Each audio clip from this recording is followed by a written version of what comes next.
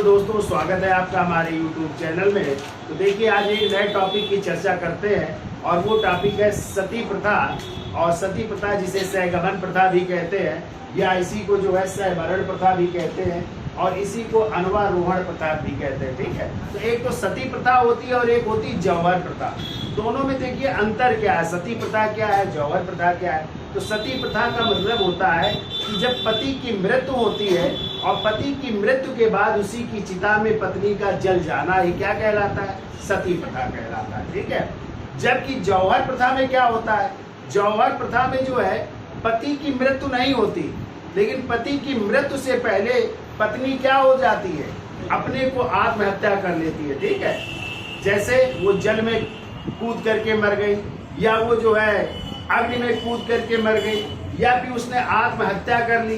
ठीक है, तो वो प्रथा कहलाती है जौहर प्रथा। ठीक है, और जब महिलाएं जो है जौहर कर लेती थी तो पति जो है जब युद्ध भूमि में जाते थे तो केसरिया साफा पहन करके युद्ध भूमि में लड़ते थे, क्योंकि उनको ये रहता था पत्नी तो मर गई, अब हमें जो है वीरता के साथ लड़ना है और लड़ करके हमें जो है यदि हम जो है मर भी जाए तो कोई दिक्कत नहीं होगी। इसी को जो है राजस्थान में साका कहा गया है। ठीक है, जौहर प्रथा को क्या कहा गया, साका कहा गया है। और कहते हैं राजस्थान का प्रथम साका हुआ था 1301 ईस्वी में माना जाता है, जब अलाउद्दीन खिलजी ने जो है कहाँ पे रणथंभौर पर आक्रमण किया था और वहाँ के राजा थे हमीर देव। तो उनकी पत्नी थी जिनका नाम था गंगा देवी, उन्होंने अग्नि में कूद करके जो है जौहर व्रत का पालन किया था। और उनकी एक बेटी थी पद्मला, उन्होंने जल में कूद करके जो है जौहर व्रत का पालन किया था। तो ये राजस्थान का पहला साका कहलाया।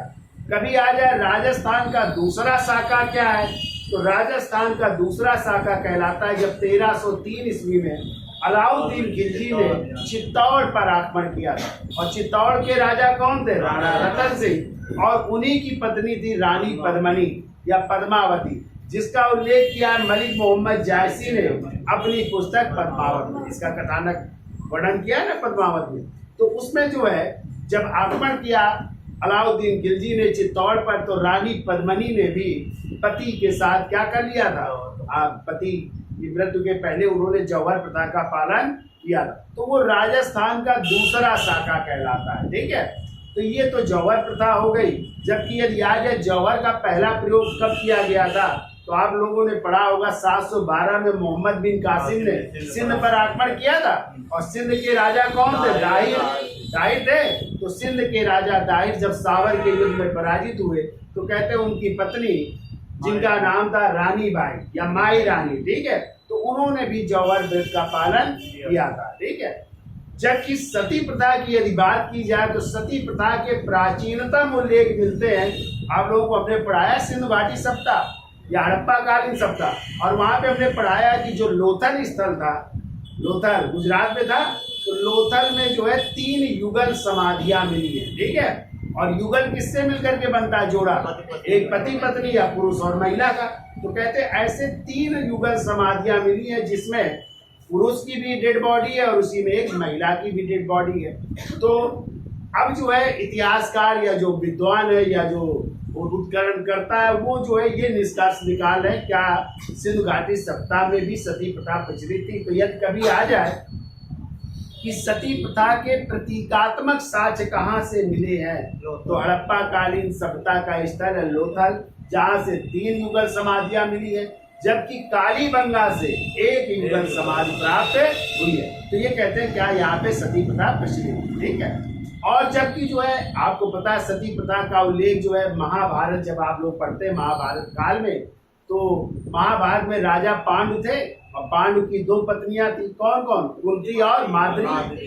तो माद्री ने जो है जब पांडु की मृत्यु हो गई थी तो माद्री ने भी क्या किया था, सती प्रथा का पालन किया था, यानी वो भी सती हो गई। इसके अलावा जो है कभी आ जाए अभिलेखी प्रमाण कहाँ से मिले सती प्रथा के, तो आप लोग पढ़ोगे 510 ईस्वी का एरण अभिलेख, जो कहाँ से मिला है, जबलपुर मध्य प्रदेश से मिला है। और ये गुप्त वंश के राजा थे भानुगुप्त 510 ईस्वी में। तो कहते हैं उनके एक सेनापति थे जिनका नाम था गोपराज। ठीक है, तो गोपराज एक युद्ध के दौरान मारे गए और उनकी पत्नी जो थी वो पति के साथ क्या हो गई थी, सती हो गई। तो ये सती प्रथा का पहला अभिलेखीय प्रमाण है कब का, 510 ईस्वी का एरण। ठीक है। इसके बाद जो है सती प्रथा के प्रमाण और भी मिले, जैसे आप लोगों ने देखा होगा हर्षवर्धन का नाम सुना है, और हर्षवर्धन के पिता कौन थे, प्रभाकर वर्धन। तो कहते जब प्रभाकर वर्धन की मृत्यु हुई तो उनकी पत्नी जो थी जिनका नाम था यशोमती, वो भी सरस्वती नदी के किनारे क्या हो गई थी, सती। ठीक है। तो ये सती प्रथा के बहुत सारे प्रमाण है जिनकी अभी हम चर्चा करेंगे, डिटेल में और भी चर्चा कर लेंगे। ठीक है। तो दोनों का मतलब समझ गए, सती प्रथा क्या है और जौहर प्रथा का है, और दोनों को हम अलग अलग जो है डिफाइन करके बताते हैं। तो चलिए पहला पॉइंट हेडिंग डाल लीजिए, सती प्रथा, और लिखिए पहला पॉइंट, तो लिखिए रामायण के अनुसार, यानी रामायण काल में, तो लिख लो रामायण के अनुसार,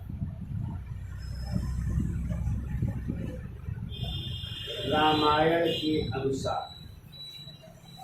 देखिए ब्राह्मणी वेदवती की माता, ब्राह्मणी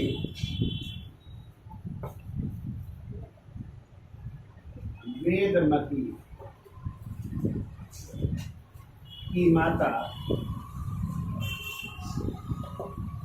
क्या हो गई थी, अग्नि में प्रविष्ट हुई थी, अग्नि में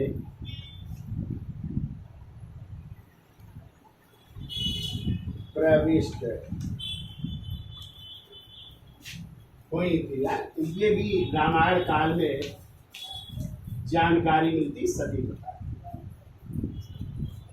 अब जो है महाभारत काल की बात की जाए तो लिख लो महाभारत काल में, महाभारत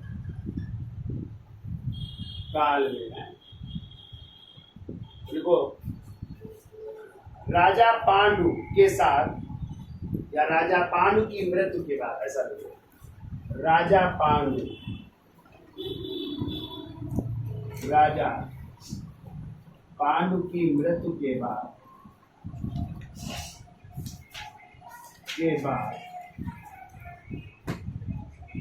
उनकी पत्नी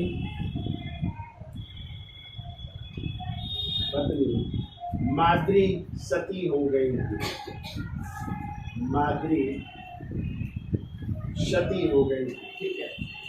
जबकि यदि हम सिंधु घाटी सप्ताह की बात करें, हड़प्पा काल की बात करें, तो लिख लो हड़प्पा काल में ये प्रतीकात्मक साक्ष्य है। ठीक है। तो कहाँ कहाँ से मिले हैं, एक लिख लो लोथल से, लोथल जो गुजरात में है। ठीक है। यहाँ से 3 युगल समाधियां मिली हैं, 3 युगल समाधियां। जबकि दूसरा स्थल है कालीबंगा, तो कहाँ पे, राजस्थान में है ना। तो कालीबंगा का अर्थ क्या होता है, काले रंग की चूड़ियां। यहाँ से 1 युगल समाधि मिली है, 1 युगल समाधि। कभी आ जाए सिंधु घाटी सप्ताह में सती प्रथा के प्रतीकात्मक है प्रमाण कहाँ से मिले हैं, तो इन दोनों स्थलों से मिले हैं। कैसे प्रमाण है ये, प्रतीकात्मक। चूंकि अभी सिंधु घाटी सभ्यता की लिपि और भाषा को पढ़ा नहीं जा सका है। ठीक है। तो इसलिए अभी प्रतीकात्मक प्रमाण कह सकते हैं, अभी इसको पढ़ा नहीं गया है तो स्पष्ट रूप से नहीं कहा जा सकता है। ठीक है। लेकिन मिले हैं प्रमाण, इसलिए कह सकते हैं प्रतीकात्मक प्रमाण। ठीक है। देखो इतिहासकार स्ट्रैबो के अनुसार, यूनानी इतिहासकार है स्ट्रैबो, देखो स्ट्रैबो के अनुसार तक्षशिला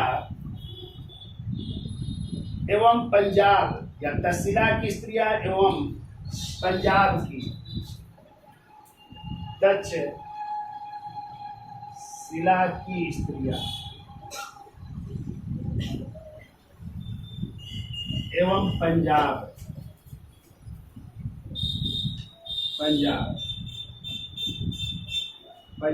में कठ जाति, कठ जनजाति है, कठ जाति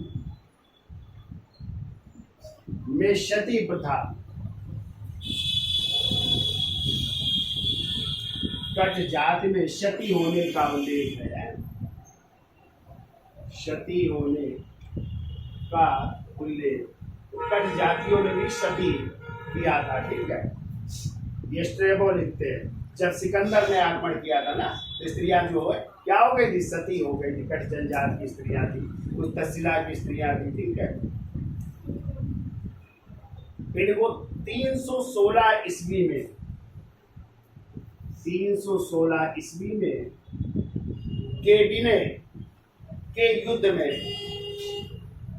केबिने के युद्ध में, केबिने के युद्ध में,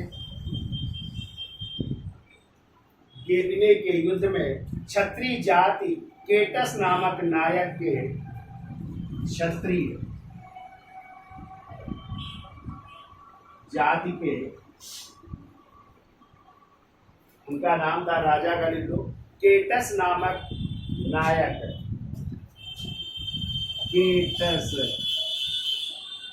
नामक नायक के मरने के बाद, नायक के मरने के बाद, केटस नामक नायक के मरने के बाद तक्षशिला में उसकी पत्नी, तक्षशिला में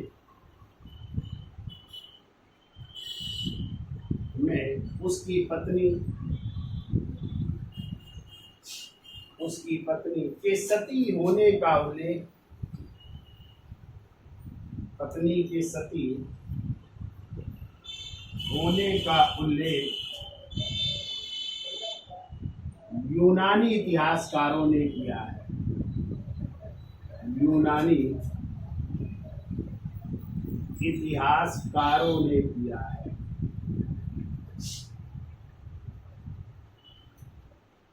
यूनानी इतिहासकारों ने किया है, ठीक है। तो ये भी उल्लेख किया यूनानी इतिहासकारों ने। अब देखिए 510 ईस्वी के पहला अभिलेखी प्रमाण है, देखो 510 ईस्वी के एरण अभिलेख, एरण अभिलेख, और एरण अभिलेख कहाँ पे, जबलपुर मध्य प्रदेश, जबलपुर मध्य प्रदेश। 510 ईस्वी के एरण अभिलेख जबलपुर मध्य प्रदेश से पता चलता है कि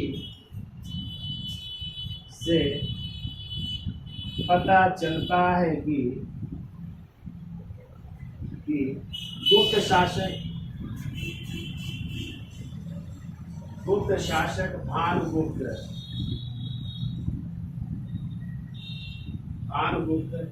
के सेनापति, भानुगुप्त के सेनापति गोपराज की मृत्यु के बाद, गोपराज की मृत्यु के बाद उसकी पत्नी सती हो गई, उसकी पत्नी सती हो गई थी। जो पहला अभिलेखीय प्रमाण है, जो पहला किसी अभिलेख में प्रमाण मिलता है, ठीक है, जो पहला अभिलेखीय प्रमाण है, इतना लिख लो, इसका स्क्रीनशॉट ले लो। तो रामायण में ब्राह्मणी वेदवती की माता, महाभारत में पांडु की पत्नी सती, जबकि प्रतीकात्मक प्रमाण लोथल से और कालीबंगा से मिले। स्ट्रैबो ने कहा है कि जब सिकंदर ने आक्रमण किया था तो तक्षशिला की स्त्रियां एवं पंजाब में कट जात की महिलाओं ने सती हो गई थी। वो भी जो है 316 ईस्वी का उल्लेख है कि गेबने के युद्ध में क्षत्रिय जात के राजा थे केटस, उनके मरने के बाद उनकी पत्नी जो है तक्षशिला में उनकी पत्नी सती हो गई थी, और इसका उल्लेख यूनानी इतिहासकारों ने किया है। जबकि पहला अभिलेखी प्रमाण पूछा जाए तो वो है 510 ईस्वी का एरण अभिलेख, और कहते हैं कि गुप्त शासक के भानुगुप्त, उन्हीं के सेनापति कौन थे, गोपराज, और इनकी मृत्यु के बाद उनकी पत्नी क्या हो गई थी, सती हो गई थी, जो पहला अभिलेखी प्रमाण माना जाता है। इसका 21 साल ले लो कि आगे चलते हैं। तो अगला देखिए कौन सा प्रमाण है। तो आपको पता है हर्षवर्धन के जो पिता थे प्रभाकर वर्धन है। तो देखिए हर्षवर्धन के पिता, हर्षवर्धन के पिता प्रभाकर वर्धन की मृत्यु के बाद, प्रभाकर वर्धन की मृत्यु के बाद, मृत्यु के बाद उनकी पत्नी या हर्षवर्धन की मां है, उनकी पत्नी जिनका नाम था यशोमती है, हर्षवर्धन की मां का नाम था यशोमती या प्रभाकर वर्धन की पत्नी यशोमती। ठीक है, सरस्वती नदी के किनारे, देखो अभी एग्जाम में पूछा गया था किस नदी के किनारे सती हुई थी, कौन सी, सरस्वती। यशोमती देखो सरस्वती नदी के किनारे, सरस्वती नदी के किनारे सती हो गई थी, किनारे सती हो गई थी। ठीक है, किसकी पत्नी थी, प्रभाकर वर्धन की पत्नी थी जिनका नाम था यशोमती। जब प्रभाकर वर्धन की मृत्यु हुई तो वो भी जो है सरस्वती नदी के किनारे सती हो गई। ठीक है, ऐसा ही प्रयास इनकी बेटी ने किया। तो प्रभाकर वर्धन की बेटी कौन थी, राजश्री। और राजश्री का विवाह कहाँ हुआ था, कन्नौज के मौखरी शासक गृहवर्मा। और हमने आपको पढ़ाया है जब गृहवर्मा की हत्या कर दी गई मालवा के शासक देवगुप्त और शशांक द्वारा, और राजश्री को क्या कर लिया, बंदी बना लिया। लेकिन राजश्री बंदी गृह से निकलती है और विंध्याचल के पर्वत की ओर सती होने के लिए जाती, लेकिन हर्षवर्धन ने अपनी बहन राजश्री को बचा लिया एक बौद्ध भिक्षु दिवाकर मित्र की सहायता से। पढ़ के आए है ना, तो राजश्री भी सती होने जा रही, तो ये भी एक प्रमाण हो जाता यदि सती हो जाती, लेकिन ऐसा हो नहीं पाया। तो ये भी आपको याद रखना है कि राजश्री ने भी सती होने का प्रयास किया था। चाहे लिखना हो ना पता हो तो नोट कर लेना है कि राजश्री भी सती होने जा रही थी। ठीक है, अब देखो अगला एक और, वो चेदी वंश के राजा गांगेय देव, चेदी वंश के राजा जिनका नाम था गांगेय देव, चेदी वंश के राजा गांगेय देव की मृत्यु पर, गांगेय देव की मृत्यु पर 100 पत्नियों के सती होने का उल्लेख है। 100 पत्नियां थी, एक नहीं कितनी, 100 पत्नियों के सती होने का उल्लेख है। आज एक नहीं होगी, अब 100 की तो बात छोड़ो। ठीक है, 100 पत्नियों के एक साथ सती होने का उल्लेख है, सती होने का उल्लेख है।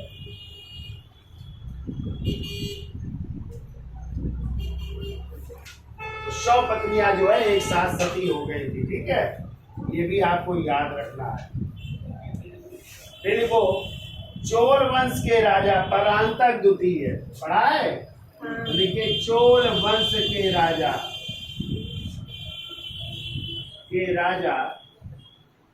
परांतक द्वितीय, परांतक द्वितीय की पत्नी वानवन महादेवी, परांतक द्वितीय की पत्नी वानवन महादेवी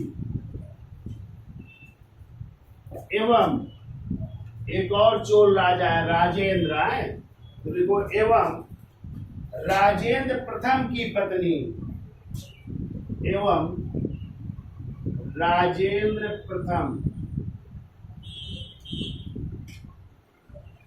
की पत्नी, और उनका नाम था वीराम महादेवी, वीराम महादेवी ने सती प्रथा का पालन किया था। तो ये लोग भी मर गए थे। सती प्रथा का पालन किया था।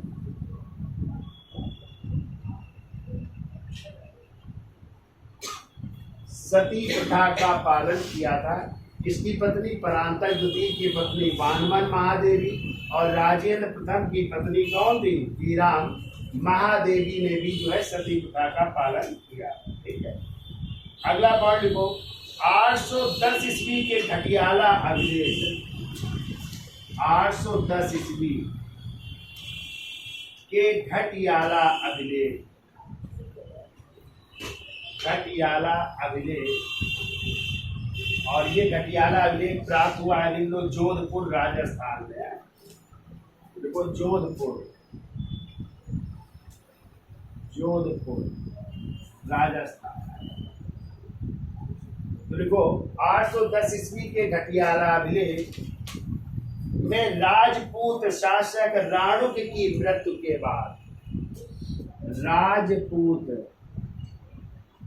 शासक राणुक की मृत्यु के बाद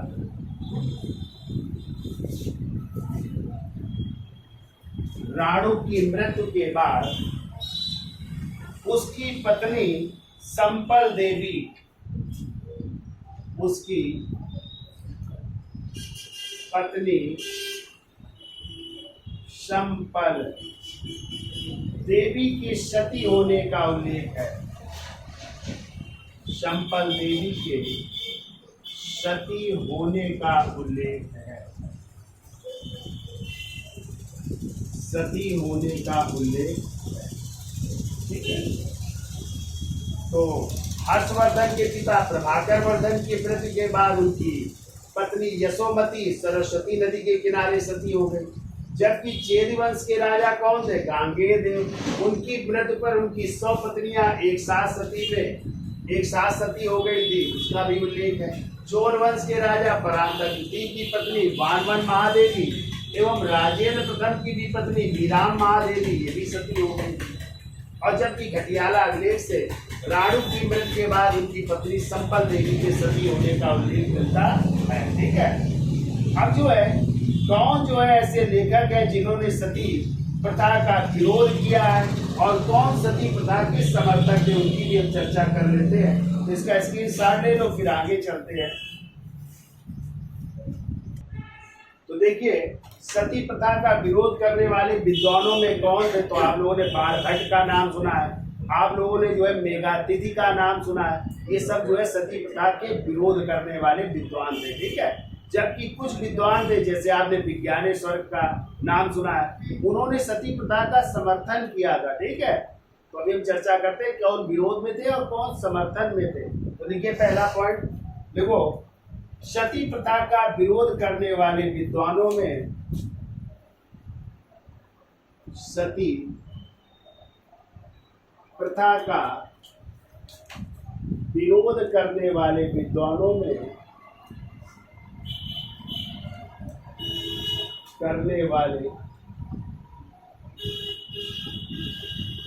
विद्वानों में देखिए पहला नाम बाणभट्ट, मेघातिथि, बाणभट्ट, दूसरा लिखिए मेघातिथि। बाणभट्ट की पुस्तकें कौन कौन सी हैं? हाँ, किसके दरबारी कवि थे? हर्षवर्धन के दरबारी कवि थे।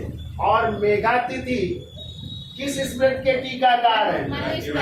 मनु स्मृत के टीकाकार है। ठीक है, तो मनु स्मृत ने किसका?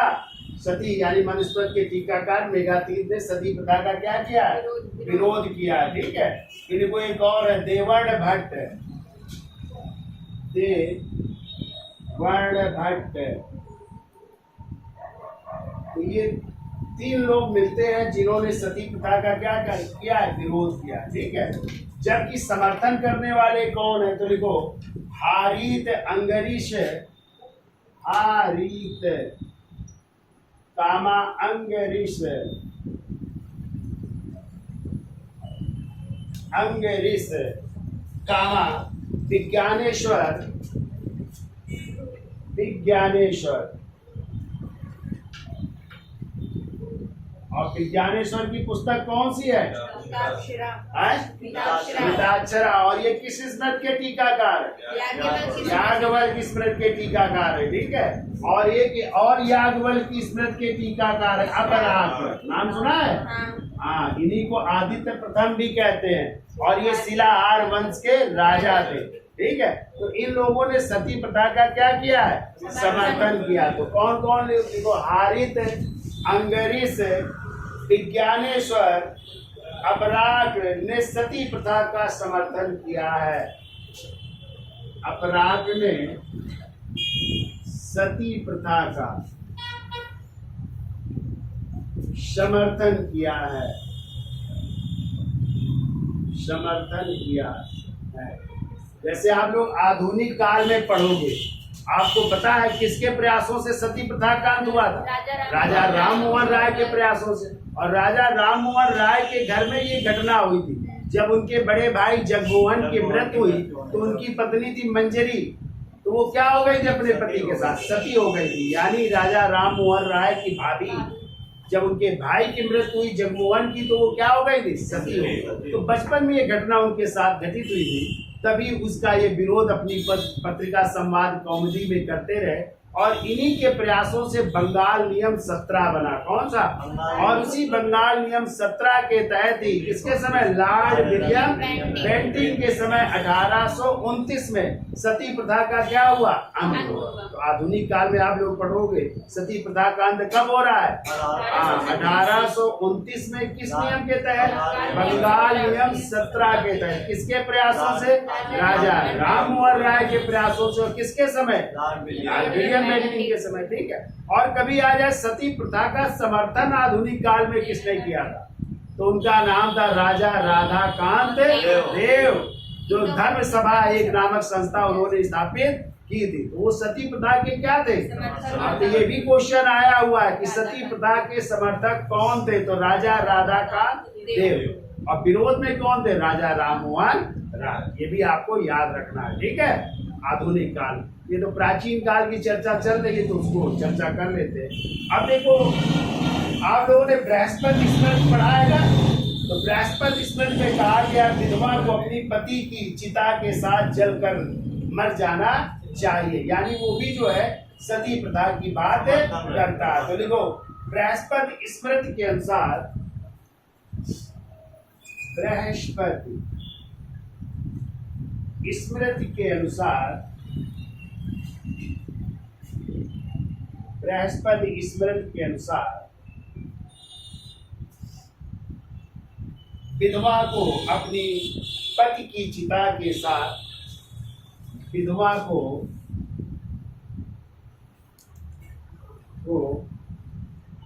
अपने पति की चिता के साथ जलकर मर जाना चाहिए, जलकर मर जाना चाहिए। ठीक है। अब देखो, कहते जब गुप्त काल आया तो गुप्तोत्तर काल के बाद कहते आदर्श विवाह की आयु 8 वर्ष रखी गई। कितने वर्ष? और जो 8 वर्ष की लड़कियां होती थी उनको गौरी कहा जाता था। क्या कहा जाता था? और 10 वर्ष की जो लड़कियां हो जाती थी उनको कन्या कहा जाता था। ठीक है। तो यानी गुप्तोत्तर काल में आदर्श विवाह की आयु लड़कियों की क्या थी? 8 वर्ष थी। और उनको किस नाम से जाना जाता था? गौरी। और जो 8 वर्ष से ऊपर यानी 10 वर्ष की हो जाती थी, 10 वर्ष से ऊपर, उन्हें कन्या कहा जाता था। इसका भी उल्लेख मिलता है गुप्तोत्तर काल में। एक पॉइंट ये भी जोड़ लो, देखो गुप्तोत्तर काल में आदर्श विवाह की अवधि 8 वर्ष मानी गई है। गुप्तोत्तर काल में आदर्श विवाह की आयु, आदर्श विवाह की आयु 8 वर्ष मानी गई है और 8 वर्ष की लड़कियों को गौरी कहा जाता था, जबकि 10 वर्ष की लड़कियों को कन्या कहा जाता था। 8 वर्ष की लड़की को गौरी एवं 10 वर्ष की लड़की को कन्या कहा जाता था। तो ये तो कहानी हो गई आपकी सती प्रथा की, ठीक है, जो प्राचीन काल की स्थितियां थी, ये मेन हमने चर्चा कर ली, ठीक है। तो इसका स्क्रीनशॉट ले लो। अब हम चर्चा कर लेते जौहर प्रथा की। जौहर प्रथा क्या था उसकी भी चर्चा कर लेते, जो भी हमने चर्चा की थी।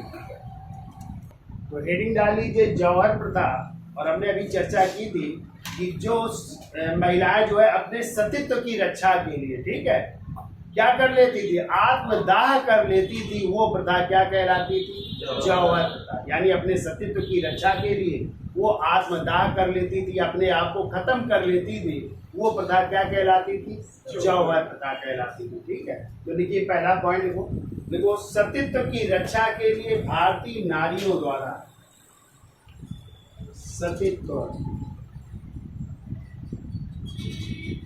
की रक्षा के लिए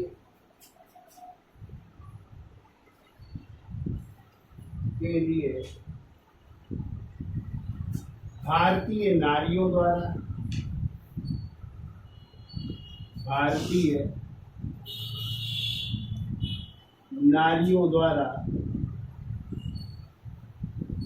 किया गया सामूहिक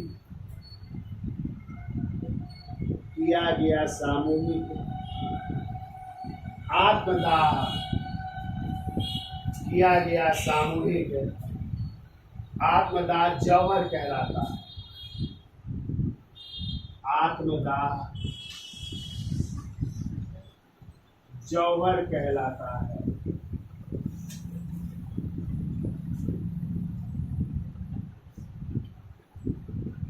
जौहर कहलाता है, ठीक है। अगला पॉइंट देखो जौहर पति की जीवित अवस्था में ही होता था। जौहर पति की जीवित अवस्था में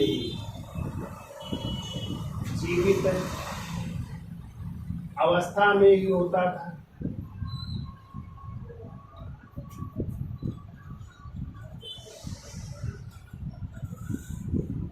जीवित अवस्था में ही होता था और जौहर के अगले दिन ही राजपूत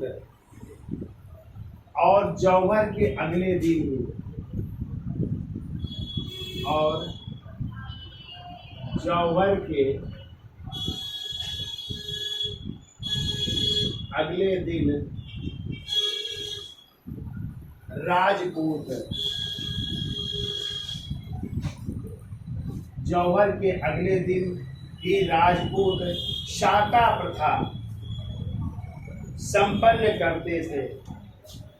शाका प्रथा संपन्न करते थे। शाका प्रथा संपन्न करते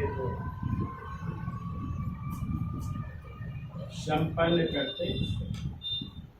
तो शाका प्रथा क्या है, तो हमने बताया ना कि केसरिया पगड़ी धारण करके रणभूमि में क्या करते थे, हिस्सा लेते थे। यानी रणभूमि में युद्ध स्थल में युद्ध करने के लिए जाते थे, ठीक है।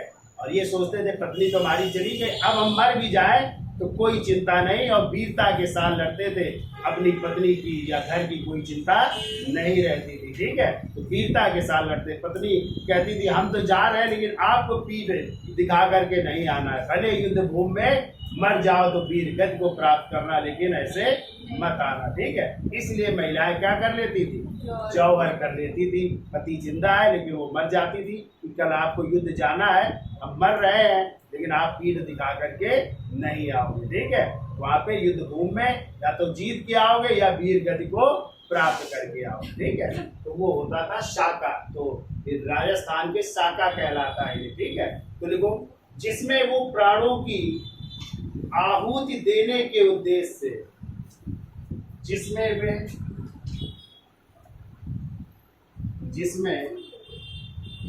वह प्राणों की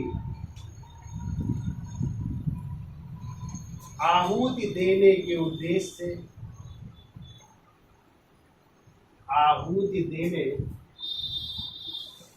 उद्देश्य से केसरिया पगड़ी धारण करके केसरिया पगड़ी धारण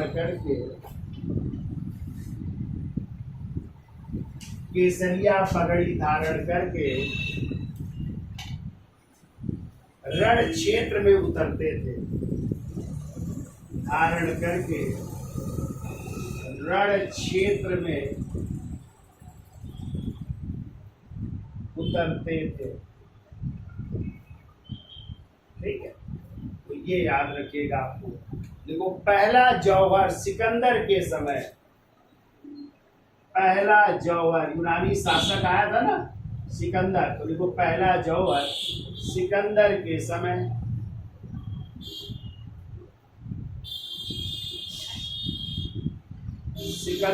समय अगल सोई जात की महिलाओं ने किया था। अगल सोई जाति की महिलाओं ने किया था। तो ये भी आपको याद रखना है, ठीक है।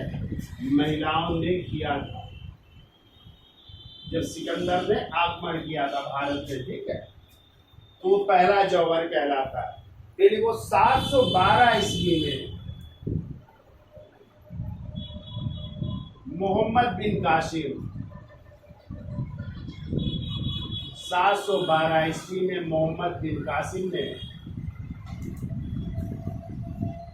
सिंध के राजा दाहिर या ऐसा देखो 712 ईस्वी में मोहम्मद बिन कासिम के समय सिंध के राजा दाहिर की मृत्यु के बाद, सिंध के राजा दाहिर की मृत्यु के बाद उनकी पत्नी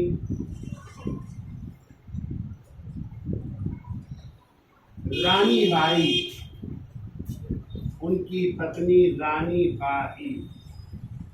या माई रानी भी कह सकते हैं, रानी बाई या माई रानी ने जौहर किया था, जौहर व्रत का पालन किया था, जौहर किया था। ये भी जौहर का उदाहरण माना जाता है, ठीक है। कहीं कहीं पहला माना जाता है, ठीक है। सिकंदर का नाम मान करके ये भारत का जो है पहला मान लिया जाता है, क्योंकि मोहम्मद बिन कासिम सिंध के राजा थे, ठीक है। देखो, और ये जनजातियां थी, इनका कम उल्लेख मिलता है, इसका ज्यादा मिलता है। आगे लिखिए, देखो 1301 ईस्वी में अलाउद्दीन खिलजी के समय, 1301 ईस्वी में अलाउद्दीन खिलजी के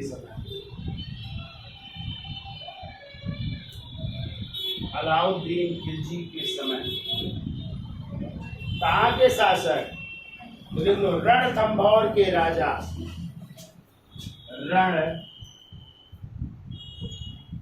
रणथंभौर के राजा, जिनका नाम था हमीर देव। रणथंभौर के राजा हमीर देव की पत्नी गंगा देवी एवं पुत्री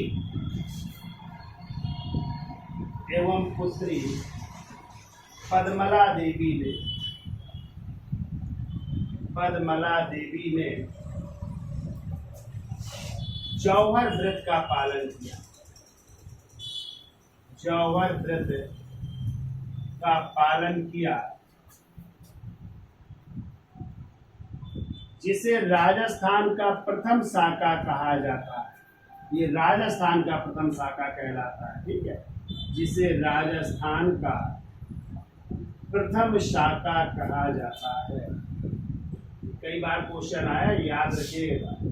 प्रथम शाखा कहा जाता है, तो कहते हैं गंगा देवी जो है ये अग्नि में कूद करके इन्होंने आत्मदाह किया था, और जबकि इनकी जो बेटी थी पद्मना देवी, उसने जल में कूद करके यानी जल जौहर का पालन किया था, और उन्होंने अग्नि जौहर का पालन किया था। ठीक है, दोनों जो है मर गई थी। ठीक है, तो याद हो जाएगा। ठीक है, देखो जिसका वर्णन लिख लो, जिसका वर्णन अमीर खुसरो ने, जिसका वर्णन अमीर खुसरो ने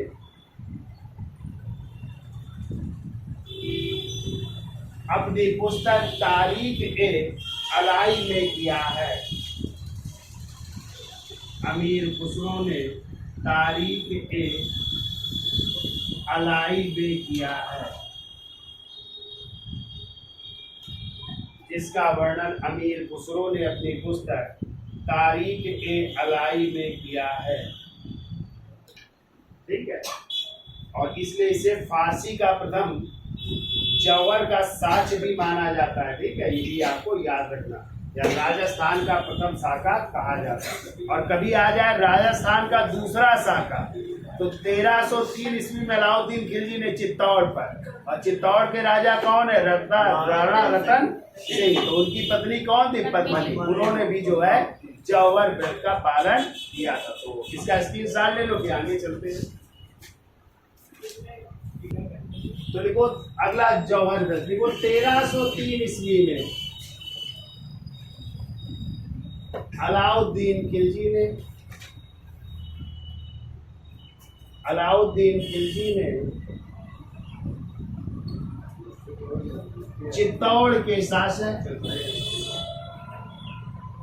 चित्तौड़ के राणा रतन सिंह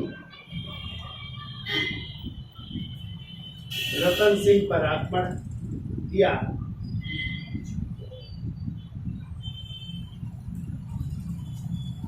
तो उनकी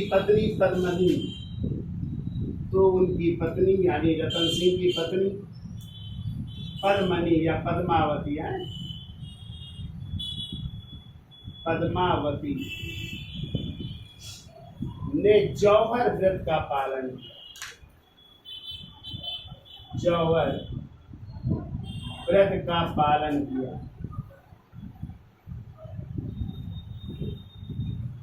और इसे राजस्थान का दूसरा शाखा कहा जाता है। ठीक है, तो राजस्थान का दूसरा शाखा। और आपने पढ़ा होगा कि इस कथानक का उल्लेख जो है मलिक मोहम्मद जायसी ने अपनी पुस्तक किसमें किया? पद्मावत में किया। तो आप लोग बता सकते हो कि इसको जीतने के बाद चित्तौड़ को अलाउद्दीन खिलजी ने इसका नाम क्या रखा था? कमेंट बॉक्स में लिखिए। हाँ, तो इसका नाम रखा था खिरजाबाद। किसके नाम से? अपने बेटे के नाम। अपने बेटे खिरज खां के नाम पर खिरजाबाद रखा था। और इसी अभियान में जो है अमीर खुसरो ने भी भाग लिया था। अमीर खुसरो भी गए थे। ठीक है, ये भी आपको याद रखना। चलिए आगे आते हैं। देखो मोहम्मद बिन तुगलक के समय, यमबीती के समय, लिख लो मोहम्मद बिन तुगलक के समय 1328 ईस्वी में, मोहम्मद बिन तुगलक के समय 1328 ईस्वी में काम्पिल्य की रानी ने अपने पति काम्पिल्य की रानी ने अपने पति काम्पिल्य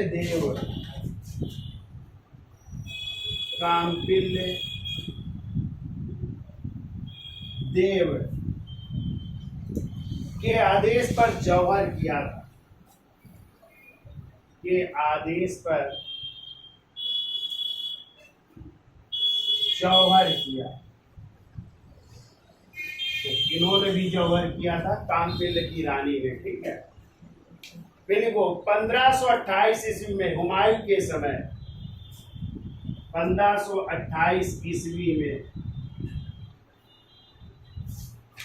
हुमायूं के समय, हुमायूं क्या इस समय तो बाबर भी थे यार, लेकिन सेना भेजी गई थी हुमायूं के नेतृत्व में। तो देखो हुमायूं के समय चंदेरी की रानी, हुमायूं के समय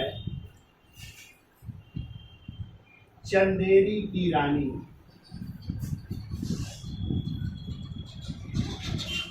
मणिताला ने जौहर किया। तो इन्होंने भी जौहर किया था, ये भी उदाहरण माना जाता है। चंदेरी की रानी कौन थी? मणिताला, ठीक है। और आपने पढ़ा होगा ना चंदेरी का युद्ध, बाबर और मेदिनी राय के बीच हुआ था ना। तो मेदिनी राय की पत्नी होगी, ठीक है, जिन्होंने क्या किया था? जौहर का पालन किया था। फिर वो मेवाड़ की रानी, मेवाड़ की रानी कर्णवती का नाम सुना है? जिन्होंने हुमायूं को राखी भेजी थी अपनी सहायता के लिए। और किस शासक ने आक्रमण किया था? गुजरात के शासक बहादुर शाह ने आक्रमण किया था, ठीक है। तो इन्होंने भी जौहर का पालन किया था। तो लिख लो, मेवाड़ की रानी कर्णवती ने 1534 ईस्वी में, 1534 ईस्वी में गुजरात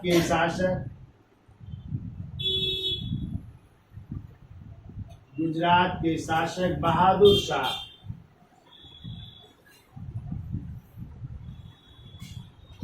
गुजरात के शासक बहादुर शाह के आक्रमण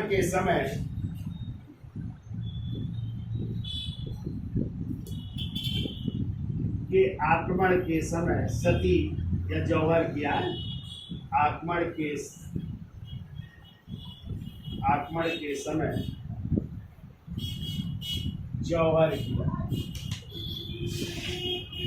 ये भी उदाहरण है, कर्णवती का दिया है। फिर देखो औरंगजेब के समय,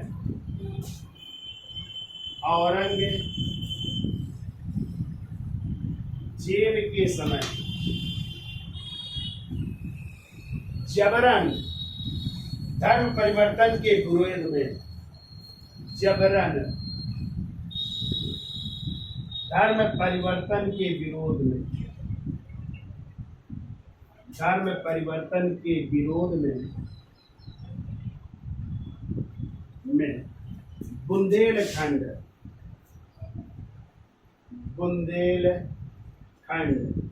और बुंदेलखंड इलाका कौन कौन सा है? हमीरपुर, महोबा ना, कालिंजर, झांसी, ये सब जो है, ठीक है।